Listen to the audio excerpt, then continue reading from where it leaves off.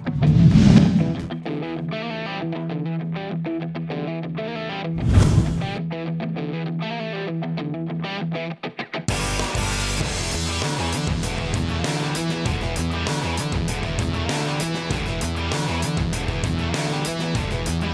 we're hosting Vije Vijendranath. He's the CEO and founder of Vimage. He'll be speaking to us tonight and answering some of your questions. Just to give you guys a bit of a run through about Startup Grind, we are hosted internationally. We have chapters throughout the world. There's 2 chapters here in South Africa. I'm the director for the Johannesburg one, and there's also a chapter director for the Cape Town one. Startup Grind Johannesburg is being sponsored by B2 Productions, Vimage Media, So Juice, Black Swan Events, Turbovite, STME Media Group. Have I forgotten anybody? Well, you actually memorize it all. But after a while, you happen to know all of who your sponsors are. So let's just welcome Vije to Startup Grind Johannesburg. You can just give us a bit of a run through, like, where did you start off, like, you know, academically, in your background, Cool. Where did you grow up, etc., etc. Okay, it's a really long story. How long do we have? It all depends on the audience, basically. Okay. Yeah. Okay, not to cut it short, basically, I was born in a country called Sri Lanka. We came here 91 or so. I was just a 10-year-old boy. Mm-hmm. And I grew up in South Africa since then. Mm-hmm. And it all started in University of Pretoria. That's where I did my degree in computer engineering. My love for technology started then. That's why I wanted to get involved with computers, development and developing technology, and obviously meeting other people in the field, in that area, because that's my whole purpose of doing it. And while I was studying, there were a whole bunch of opportunities that you could actually go overseas and actually work, and I took that opportunity, took a semester off, worked in England, and found out there were all kinds of opportunities to build solutions. And it was actually then I started building solutions for the elderly. Would you believe? Really? It was actually at Hammersmith Hospital in London, and I was working at the clinical engineering department, and we were trying to calculate whether or not elderly folks actually fall over often enough, because apparently they do, and when they do, they can't get up, and there's no one else to help them get up, because stubbornness, because they don't want anyone to help them. They want to, be independent, so they don't want people to watch over them as well. So we built all kinds of systems. We tested it. We put a little sensor on the bed, so if they actually get off, we know they're off, or we put it on the floor if they hit the ground. But of course, you can immediately see the flaws with that. What if they fall here or fall there, or something like, what if they're just jumping? That's not a fall, it's a whole bunch of false alarms. So when I went back to the university... and this was in what year? 2002, 2003. Okay. When I went back to university, got hold of my buddies and said, why don't we develop something that can detect falls, universally speaking, in a room? Okay, what tools are available without them actually interacting with it? Means it must be pervasive, and it must work independent of them. They mustn't know about it, right? And of course, it must work throughout the room, so they could fall anywhere. Doesn't matter what, and however they fall, they must just it must work. So I actually went with all kinds of people. I met with some developers, and we came out with a solution where using a camera, a little camera on the corner, wide angle, nice, super wide angle lens, right? Actually look into a room like this. They could fall anywhere in here, and using pattern recognition, you can actually detect falls. Okay. And using that, it actually plugs into a Netcare system. It was currently running there right now. Okay. And that's how it works. As soon as they fall, they get the alarm. Were you like the independent contractor, or were you doing it on a part-time basis? Like no, actually, there was actually a competition from Microsoft, actually. Really? At that time. It was called Computer Society Make a World a Safer Place thing. And I said, hey, let's try this. So we got admitted, and they flew us to Washington, D.C., and we demoed the product, and that's how my love for building products or solutions and getting involved with startups actually started. Okay. Before I even finished my degree. Okay, so you took a semester off to actually just dedicate all of this. Yeah. So your studies, were you just abandoning them for that particular period of time? No, I just felt like doing it. And also I was getting a bit bored in the sense. It's just, calculus 101, calculus 102. Guess what's next? Calculus 103. So how much more interesting can it get exactly, than that? there's only so many derivatives I can do. in a weekend, right? So I thought, let's do something interesting. And that's what got my love for technology. And on a personal capacity, did you have a lot of support from your family, you know, when you're deciding to embark on such a strange, if I can call it a strange venture, because I mean, you are supposed to be at university for, say, 3 years, you know, and here you are taking a detour to actually completing that qualification. Like in terms of your, you know, the personal struggles and that you were going through, how was that? Look, I come from a traditionally Indian-ish kind of family. I've got traditional mums and dads who say you must finish your studies, you know, make sure you finish and then you do what you want, you know. Yeah. So I tell my dad, listen, I want to take a semester off. Can you pay for my trip to the UK? Yeah. And I was like, that's okay, because my dad runs his own business, so he's fine with it. My mom was obviously freaking out. It's like, what are you doing? You know, you should come back. So there was a problem afterwards. I mean, university's like, hey, you're supposed to do this. Why didn't you finish your course? So I had to obviously extend it to another year, and that there's more cost. More cost involved. So, but that was the risk. I enjoyed it. I mean, I had the best time of my life doing this. I mean, it changed my life a lot. Oh, then. So I no regrets. Absolutely none whatsoever. Yeah. So then post that, you know, did you start a company immediately, or did you decide that you're going to start in the ICT world working for, say, MTN, Vodacom? Like, how did you break into the technology scene here in South Africa? Because I'm assuming quite, like at that stage already, it was still quite new. Yeah. Well, look, I did start a company while I was in university, but it was not really for tech startup. It was just for fun. I had a tech support thing to sell computers, because people keep asking me, because I'm not going to show you my picture of how I looked 10 years ago, but apparently when people see me, this actually happened, true story. I was walking down the road trying to get to a bus station somewhere in London, and some Pakistani guy just walked right across the road and said, sir, please, can you help me with that computer? You know? Like, what? I'm trying to go to my job. What are you trying to do? Yeah. So I said, okay, fine, let me help you fix this computer, and then went back. So I had that, you know, look, so I suppose. So I was just helping people, and for that reason, I started a company, just to help people buy them, sell them computers, and help them with the support.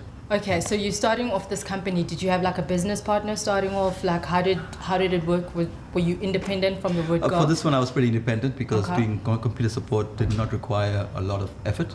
Okay. It was pretty easy. You know, you just use a supplier that you need. You just find the customers and you just bridge the gap. For me, entrepreneurship is finding the people who can do it for you. You can't do them all. Just find the people who can. Just manage the vision of what you're trying to do. Okay. Yeah. So then, in terms of like that, so you balancing university life, I'm assuming hopefully a social life, a business. Because I was doing engineering and I was doing this, I pretty much had no social life. I'm not trying to put you guys off, but unfortunately, this is the problem. If you're in tech industry, if you're new a startup, you're going to have to give up a bit of your social life. And if you really enjoy doing this, you'll give it up, right? I mean, who cares about girlfriends? They can't really take you anywhere. So in terms of like that, so do you consider that first business to have been a success? Like, was it successful? It was successful in the sense of what I achieved, but obviously there was nothing financially successful about it. It was just the experience of it. Okay. Because I did not understand the financial aspect, building a company, registering it properly, having an accountant. You know, that came much later on. Okay. Yeah, but that time it was just about experimenting and just finding out a little bit more of the field and just balancing out. Yeah. And then, did you have any clients at that point in time? It was like, you know, people. It was like, I didn't have any corporate clients. It was people who would call me and I would help them. Just like a system, like on a moms and pops type of it was family. Basis. I was helping out friends and family mostly. Okay, fantastic. But I had to put an end to it, because, you know, I wanted to get a job, you know, wanted to actually get into the industry. And I realized it was obviously getting saturated, because I approached a guy and say, hey, can I sell you a computer? And he said, hey, no, I can sell you one too. Okay. You know, then I said, okay, there's too many people doing this. Okay. So I gave that up and went into ICT, you know, broadcasting engineering as well as ICT and telecoms. Okay. We've been working ever since. Okay. But in that process, I've actually developed new companies as well. Okay. So I'm coming from a communications perspective. Yeah. Can you like just give us a brief run through of what is the difference between ICT and the startup community, like general tech startups? Well, ICT, how do you mean difference? Because the difference normally is one would be a job where you're getting a salary. Okay. And other one would be you're doing that yourself entrepreneurially. Yeah. So did you decide to go independently from the word go? Did you go straight into like a normal paying 9-to-5 job? I had a normal paying, not really 9-to-5 job, it was a long hour job. Okay. But I did have a company anyway, and did it anyway. Yeah. Okay. Can you just like run through us, like how did it work? Like, because I mean, you employed. Did you get permanent employment immediately after your studies? Yeah. Really? You were that lucky? Look, reason why I always say that when you're studying, if you just do your degree straight up and go and find a job, they say, but what did you do? What is your experience? They don't say, so what did you get for calculus 207?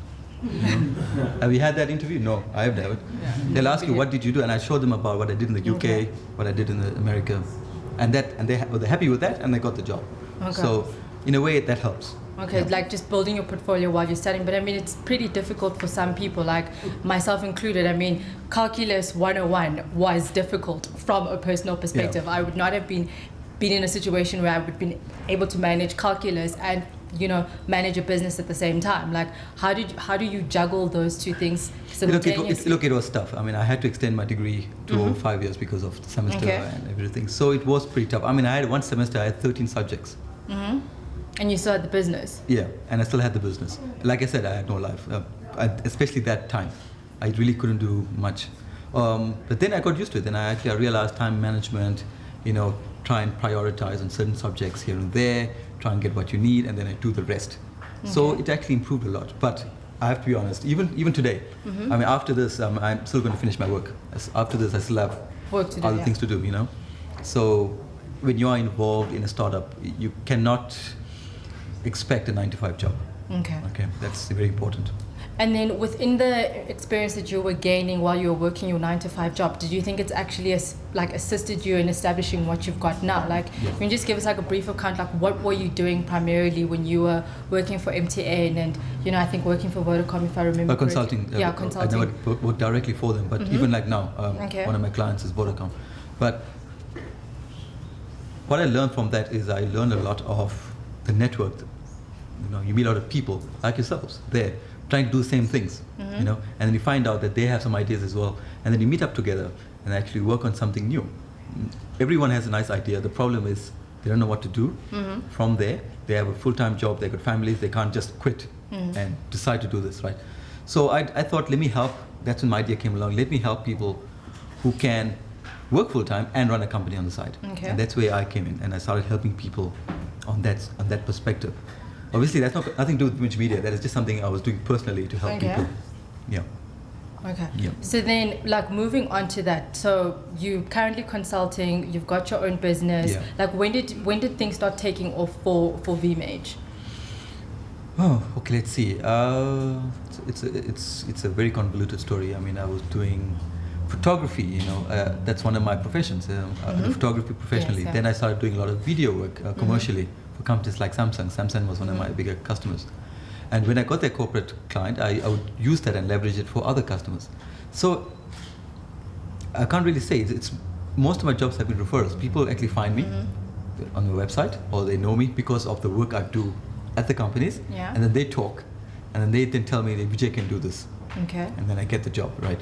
Okay. I would say 80% of my business has been referrals. Okay. Yeah. So it's all about basically relationship management more than anything else, and you know how you relate to your actual client. Yeah, exactly. So if it's not about the actual job. Okay. Yeah. So like, if you have to give someone like advice on like starting off on their own, like what were your earliest like setbacks that you can just give us examples of? You know, because I mean, it's impossible to have had everything perfectly planned, implemented, and evaluated from the word go. Look, it's a tough road. I mean, it's been 10 years of doing this, more than 10 years. One of the biggest struggles you'll have is, are you all working? Do you all have a full-time job? Okay. Not anymore. Not anymore. Okay, are you doing a startup or what? Okay. Startups, okay. What happens is, if you have a full-time job, you can actually do a startup, but you're going to be busy pretty much the whole day and night. I mean, I was doing, for example, 8-to-5 job, come home, have your supper, and then from about 8 to midnight, you finish your startup, and start all over again at 8 in the morning, right? Every day, year after year, right? That's one of the challenges you're going to have, is that you're going to get exhausted. So you can't do this alone. You need to find a way where you can actually leverage with other people who are also similar to you.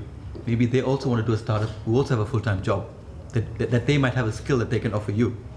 So I started doing that. For example, I was doing photography, but companies wanted skills and services in video work. They wanted a website design because when I do this, they say, can you do this for me as well? They also say, oh, but can you also do this? Can you help me with my advertising? Can you help with my branding? So I said, okay, I'll help you. And then I find people who are in that industry, like myself, working full time.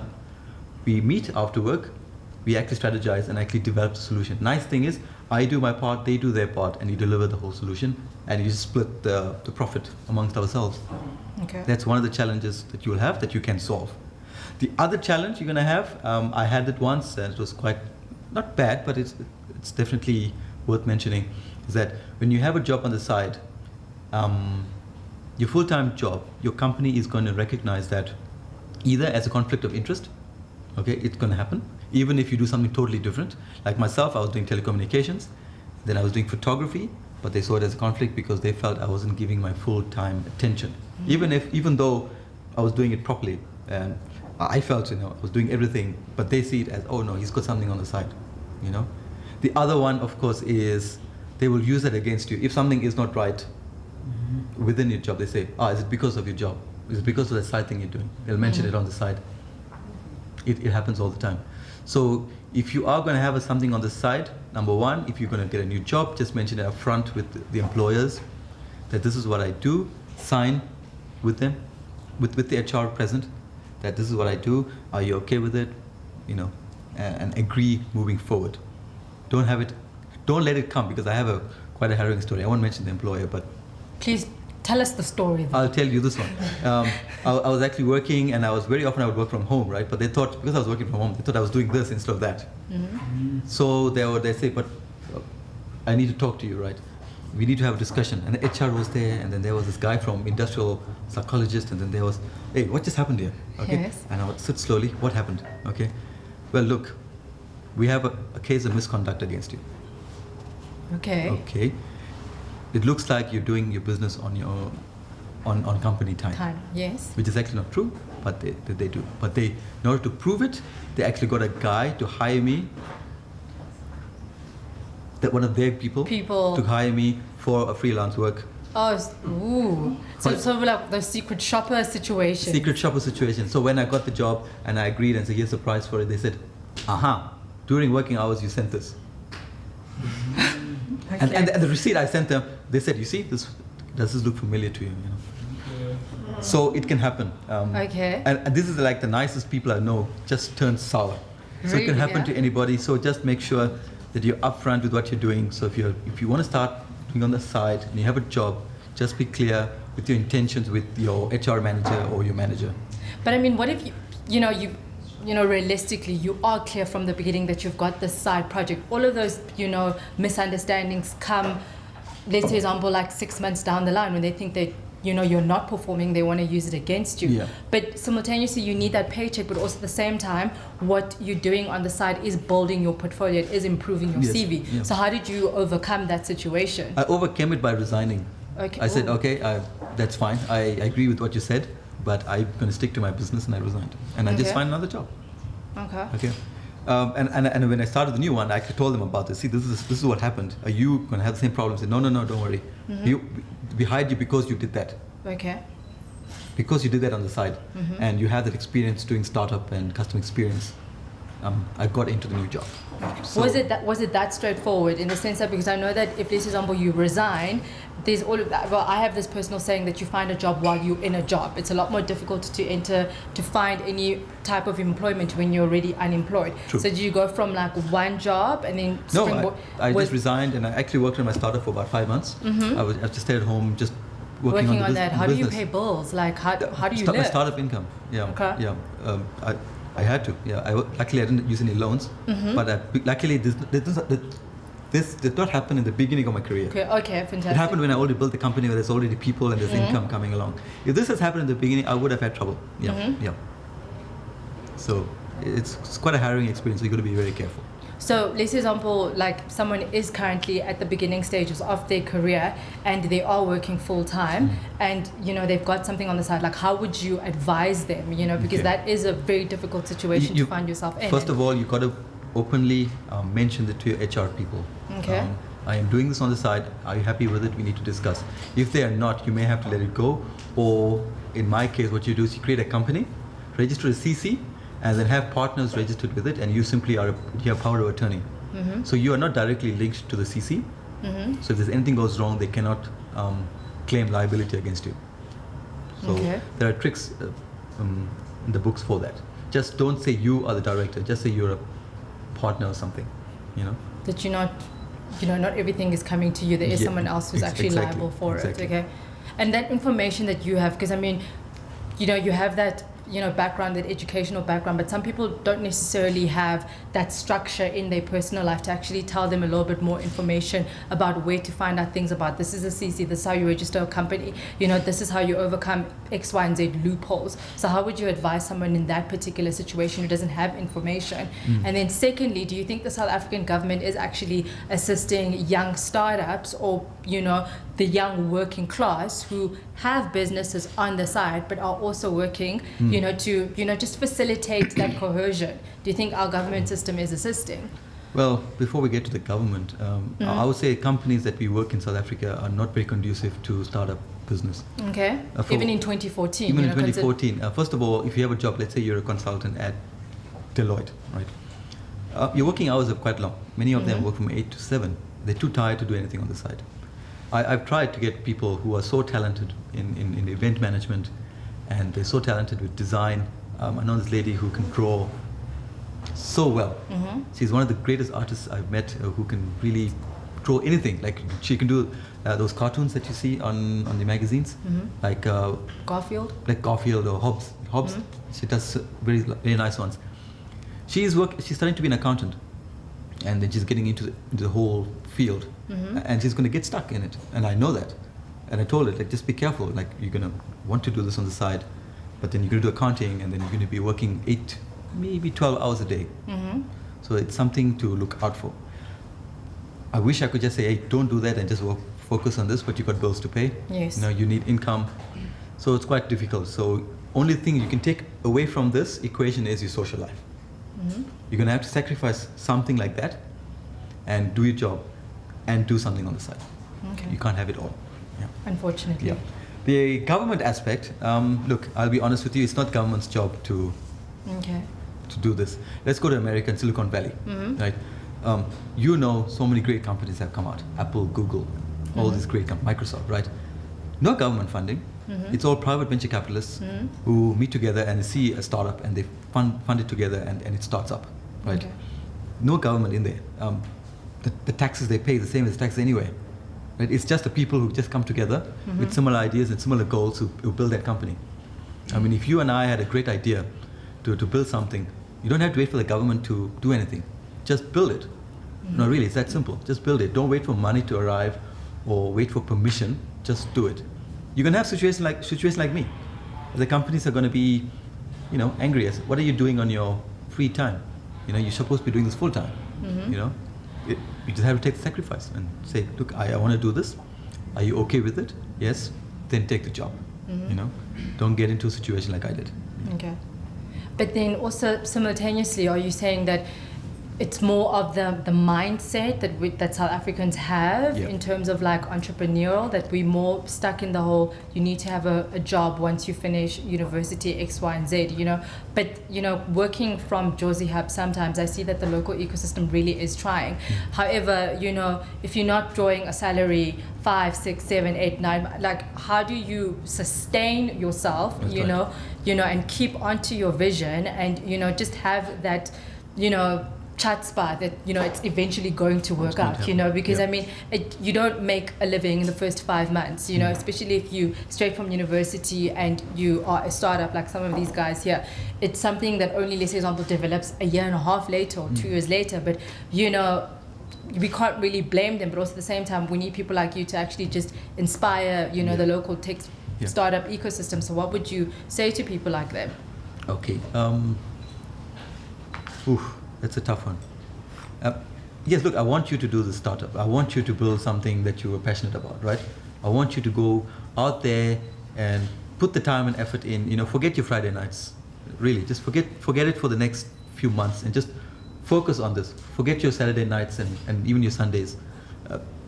Whatever you're doing full time, fine, go do your job. When you get home, meet your buddies who are interested in your vision as well. Come together and do something. let's say you finish work at 5, you get home, you have your supper, 6 p.m. to 9 p.m. every day. Friday night, Saturday night, the whole day. Just discuss what are you going to do with your lives for the next 5 years. Strategize. What is important to me right now? What's a big need that's out there? And plan it out with you guys. And obviously with someone that you trust. Because when it comes to partnerships, I've realized that it's more important to have people who put the time and effort into what you're doing, not the money. Money is actually quite secondary. In fact, it's been easy for me to start companies without the money problem. The money comes in later, you need the funding to expand. But the nice thing is when you have something already, companies are more willing to invest. Yeah. So you need to actually build something now that you can actually show me as a proof that it actually works. That you actually proved me wrong and said, okay, you know what, this does work. Okay. Yeah. So then also, let's example, while you're busy building, that particular concept or that blueprint, when you have to start pitching it, I mean, you're a consultant. If I'm going to be pitching X, Y, and Z, like say Microsoft and some of these big guns, like how do you approach them, from a professional perspective? And you only have your university qualification. I mean, even for some startups, they only have matric. Yeah. How are you going to be approaching people to actually bring in income for you, for this blueprint that you've designed? That's true. Okay. Again, I have to say this. When you do this, you cannot expect any kind of money for the first 2 years. Okay. In a proper start, I think Mark Zuckerberg is a billionaire right now, of course. But it took 7 years before a first cent came in as income for Facebook. Really? Yeah. All that money was investment from venture capitalists to actually fund it. And only when they went public did they start earning the money again. So now they've actually returned all that income that they've spent. Okay. Now they actually are a profitable company, right? But up to that point, they made nothing. Twitter right now makes no money. Okay. You know that, right? No, I did not know that. Yeah. Yeah. Exactly. So especially the amount of money they're spending right now to expand the network, and yes, they're making money with Twitter ads, things like that right now. It's okay, but it's huge gap between what they spend and what they earn. That's how it is. They actually get to a point and then they sell the company to make up for it. It happened with WhatsApp as well. Yes. Same thing. You build something, there was no income for about, I think 4 years WhatsApp was operating. Yes. And then they sold it, obviously they made a lot of money. From it. But I mean, also those are like American examples. Exactly. Sitting here, down here in South Africa, that's a little bit more difficult, considering all the odds that we've got against us, which is quite a lot, compared to America. Yeah. Again, so that type of advice is a little bit more general, for someone sitting here tonight, 2 years without an income, are there any suggestions that you can actually? Well, my suggestion was obviously to keep your job. Don't leave your job if you have no income and you're worried about your money and worried about paying for your bills. Obviously keep your expenses as low as possible, and especially the beginning. You can spend it later as you make money, but just live with your parents if you have to. Just do it for the first 2 years. You don't have to worry about rent. Only food and a few things here and there, and just build something that you're really passionate about, something that just you and 2 others can do. It's going to have minimum of 3 people, by the way. Okay, so you do believe in business partnerships? Yes, a minimum of 3. In fact, if you go to any venture capitalists locally and overseas, they would say who are your business partners, and they normally ask for a minimum of 3. Okay. I applied at Y Combinator. You know Y Combinator? One of the bigger incubators where I think Twitter came out of them, or Facebook came out of them. They will actually say you must have minimum of 3 partners, equally sharing, equally contributing partners, before they can actually consider your business. Okay. And you can actually pitch it right now. You can actually go online, you can actually pitch the business, and then if you're lucky, they will actually fund it and fly you to San Francisco. Okay. Yeah. So if you're lucky and if it's really good idea, they will fund it. And that type of information, is it readily available? It's not. I had to dig it. Dig through it to actually find people who can assist you in that respect. So are you essentially saying that the partnerships that you actually have been successful? No, it's been failures. One after the other, because what happens is people lose interest, or they have different ideas, different visions, and they drift apart. It happens. Okay. But what's important is don't change your goal. You can change your partners, but don't change your goal. Okay. This is not marriage advice, okay? This is this is business advice. You can change your partners, but eventually you need to have something permanent. You need to have guys who are Solid. equal. Look at Facebook. Great example is that they had partners and they, I think, backstabbed each other. Yes, and the CFO of the company at that time got kicked out, and he sued Mark and things like that. And then those Winklevoss twins sued them for stealing the idea. Yes. So it can happen anywhere, even the big boys. And so you're saying that you've had failures so far. Yeah. Like, please tell us a little bit more about the failures. failures. Would be, for example, to start Vimage Media, I wanted to have partnerships with design people, video professionals, and a few artists. But the problem is, I'm talented, but they say, no, I have a job, I can't do this. Or they move to another city, it fails. It drops, then you got to start again. It fails, drops, start again. Okay. Until you eventually find people who just stick. And what is your timeline for that? Was it like a short period of time? No, you'll know immediately. Your instinct will tell you that it's not going to work out. Okay. Immediately. The first few days you'll know. Oh, okay. So what was your warning signs immediately, like specifically? Warning signs immediately is where they say things like, I need to go here, or I need to travel, or I need to do this. They're not talking about the business. They're talking about other things that they want to do. Okay. Yeah. They feel like, I want to travel, or, things like that. You can see that their mind is elsewhere. Okay, so you've had, like you said, you've had 3. So, like, what was the timeline for all of these 3? Like, was it just a short period of time that you've had these business partners? Well, it's a month, I would say. Okay. And after a month, you could see things would drift apart. Okay. Like they get a job or they move to another city, and it just happens. Do you think it's easier to actually try and get them to stay, or is it just easier to just let the relationship disintegrate, like, naturally? Yeah, let it rather disintegrate. It's better to call it off, break it, and try something else. Break it again, and try something else. Don't be afraid of that. Don't linger on and try and make it work. Like obviously the relationship, you need to do that, right? In the business, don't worry about it. It's no hard feelings. It didn't work out. Let's break it off right now. Now let's be friends. I have a good friend as well. We just had disagreements as to how to actually strategically run the company. Even the logos were different. I wanted a different logo. You wanted a different logo. It's okay. Let's just do it differently. And then he's got something successful differently. Something successful differently. Okay. If you work together, it was failing because I were too headstrong, I suppose. Okay, to actually make it work. Yeah. And then back to Vimage Media. So when exactly did Vimage actually start, and what does Vimage currently do?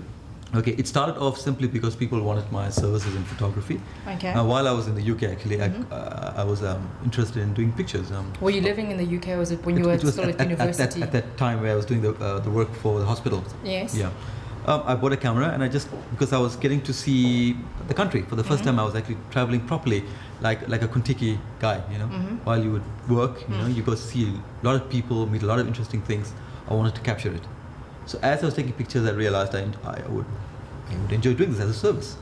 So when I got home, I bought a small camera. I would do parties here and there. Obviously, it was not great because I was still new at it, but it was friends and family. I wasn't charging for it, just to get the experience going.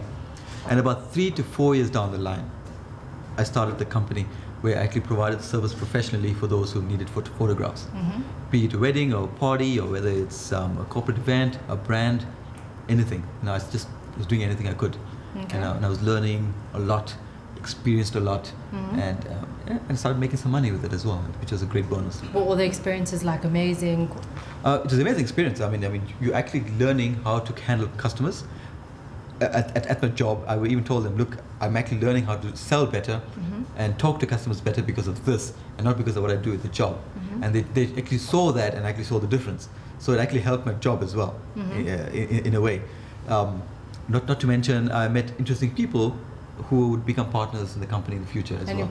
And clients Yes. also eventually. Exactly. And things. Okay, so it was a photography business, and did it eventually spin, so it was initially a photography business? Yeah, for about first 3 to 4 years. Okay. And people started asking, can you give me advertising and branding with the photography? And I realized companies want photographs to improve branding. So I changed Vimage Media around a little bit.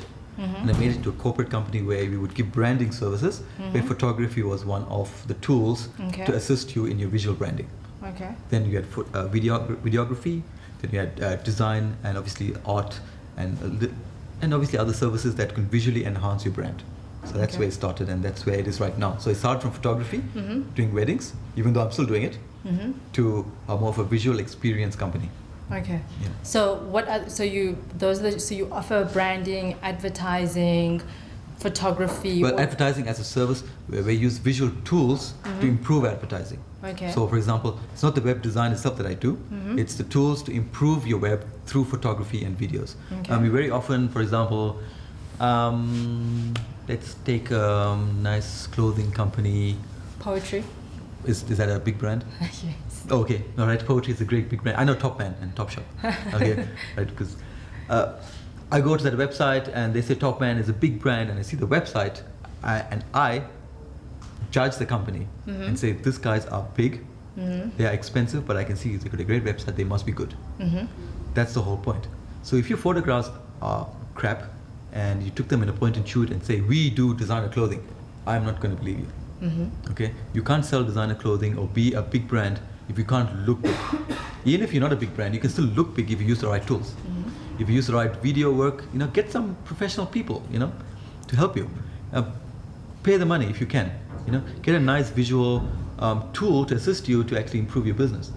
Get some nice advertising graphic. Put some lighting. I mean, see this lighting that's being used here. Put it against a nice white wall and talk about your business instead of actually talking in a dark room and saying, we actually improve things visually. No, not really. Yeah. Not really. Yeah, ironically that. Yeah, exactly. Hello. Yeah. I can't even see you. Show me your teeth so I can see you. So you got to look the part. Even if you're not big, look big. And that's where visual experience comes in from my business, and we help you with that. And one of the things is actually Samsung.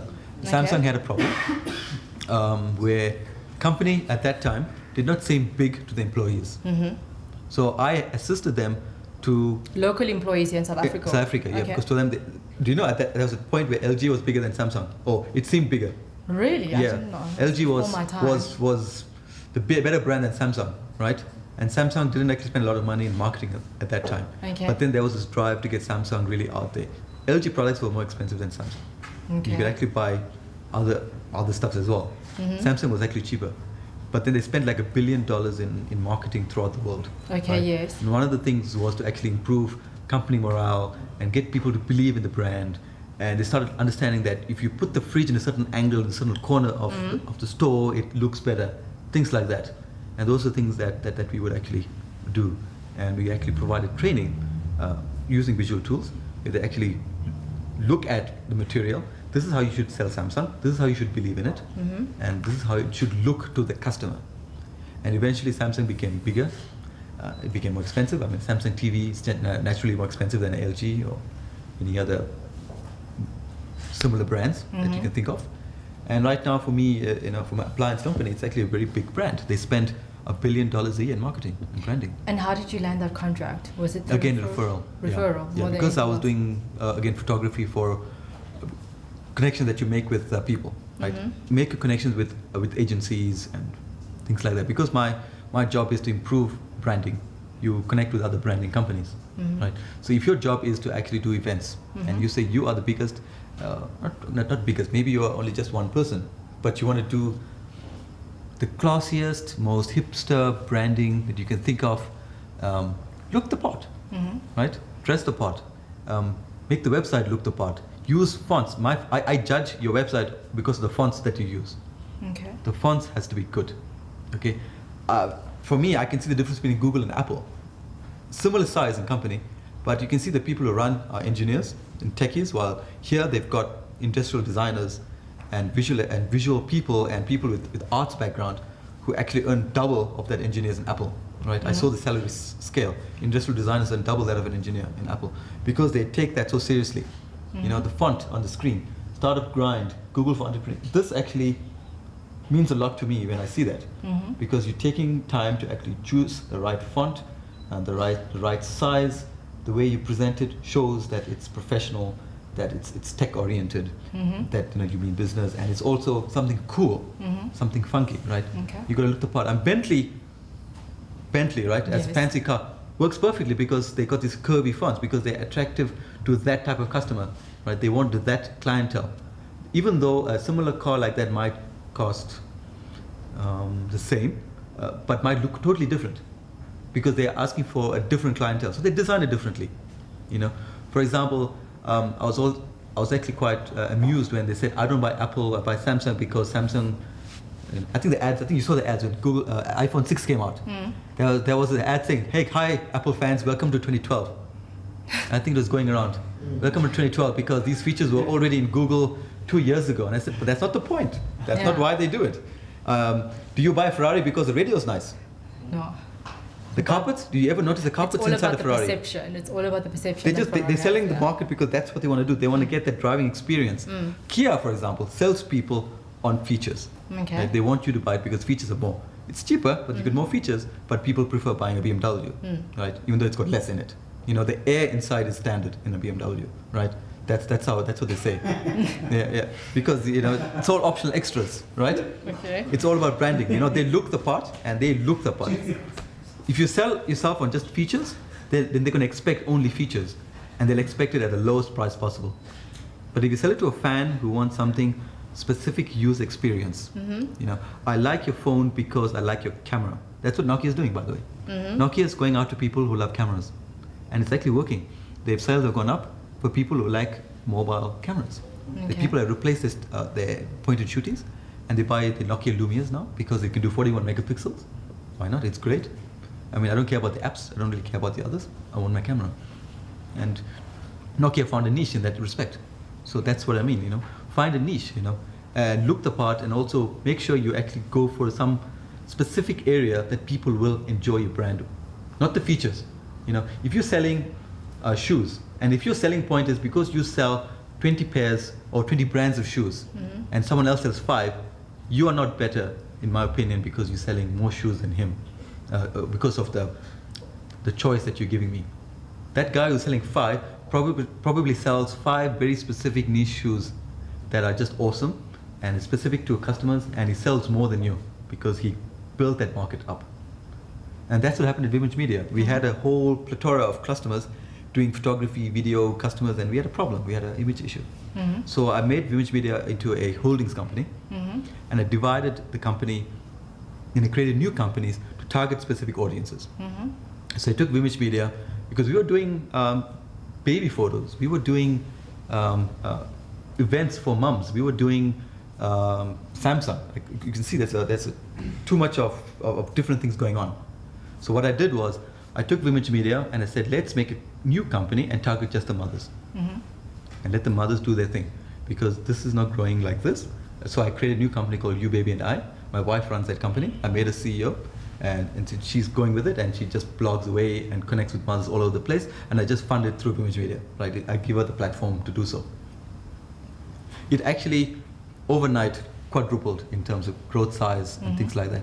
And now we're sitting with our articles being posted on Huffington Post, right? And we've got companies who approach us who will say, please, can you review this product, because I know you're connected so well to the mothers. Can you please tell us if this is good for mums, and we can feed it back to the mothers. And mums then give their feedback to the product, and it goes back and forth. And that's what's going on. So now it's huge. Huggies gives us all kinds of stuff and say, please try this new nappies out. See if, you know, if it's ready for the market, yes or no, you know.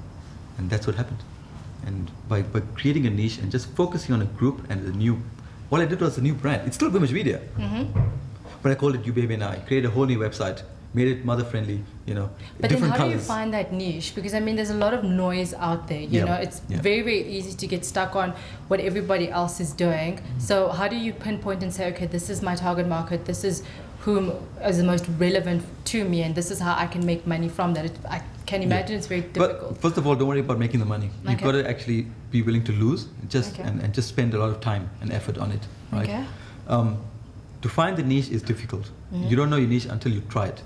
That's what I did with Vimage Media. I just did a whole bunch of things, and until something just clicks, right? You'll know like something.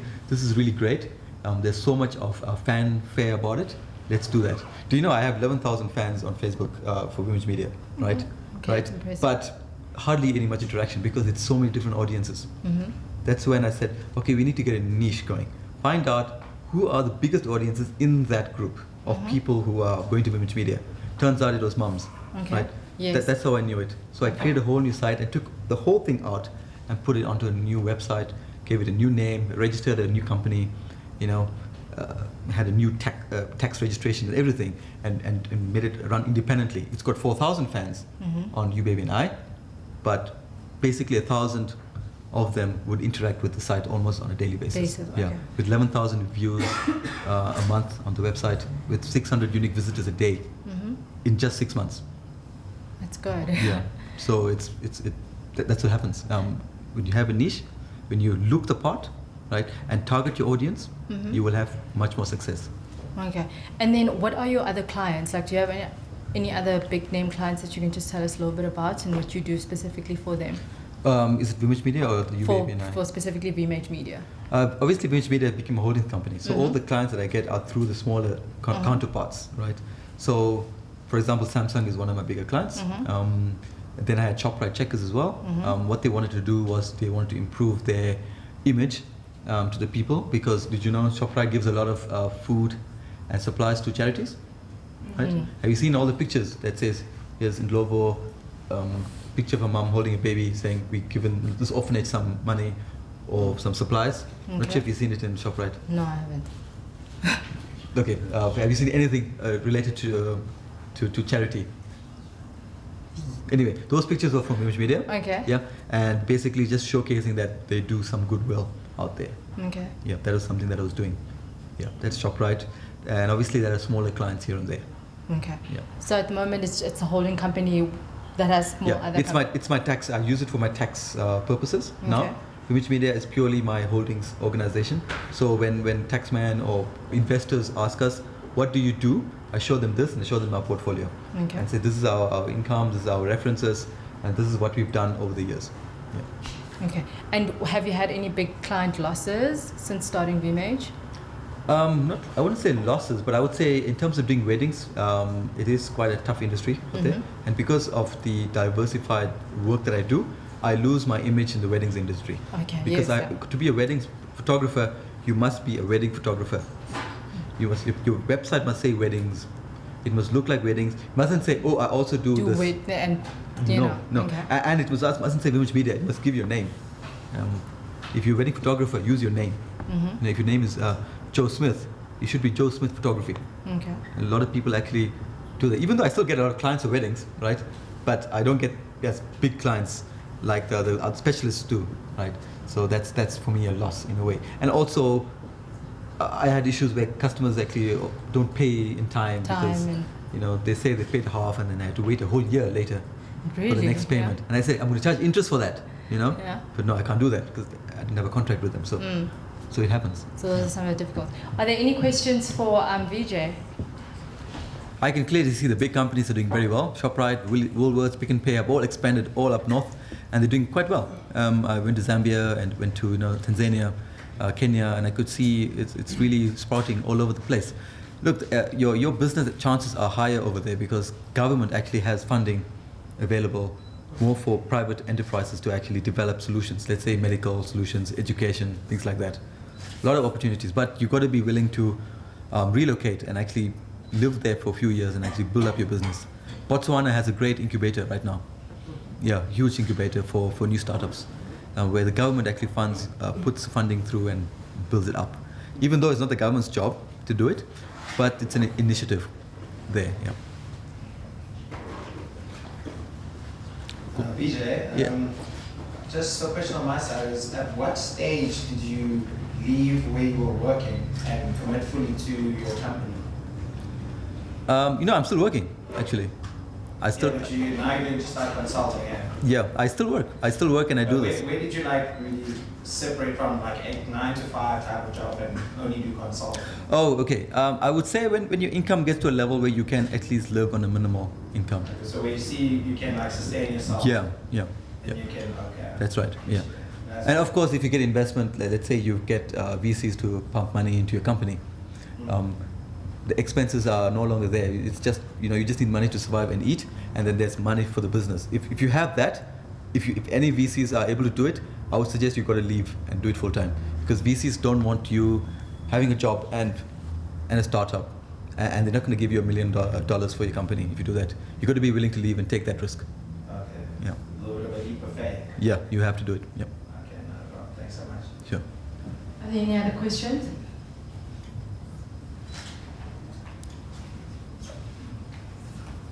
Let's take this. Anyone else wants to ask Vije a question? Cool. I assume that's a good thing. There's not too many questions.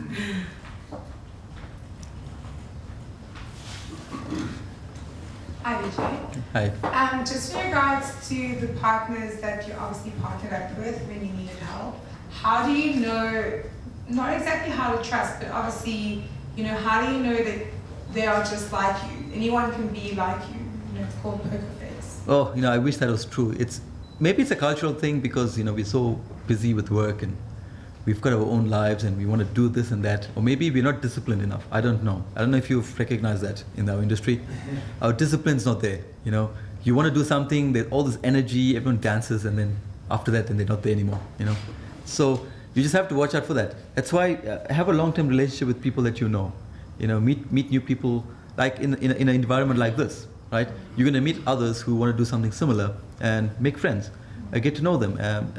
If you have existing friends who are not helping you, and they don't understand your vision, they keep saying, "Oh, come on, live your life, YOLO," YOLO.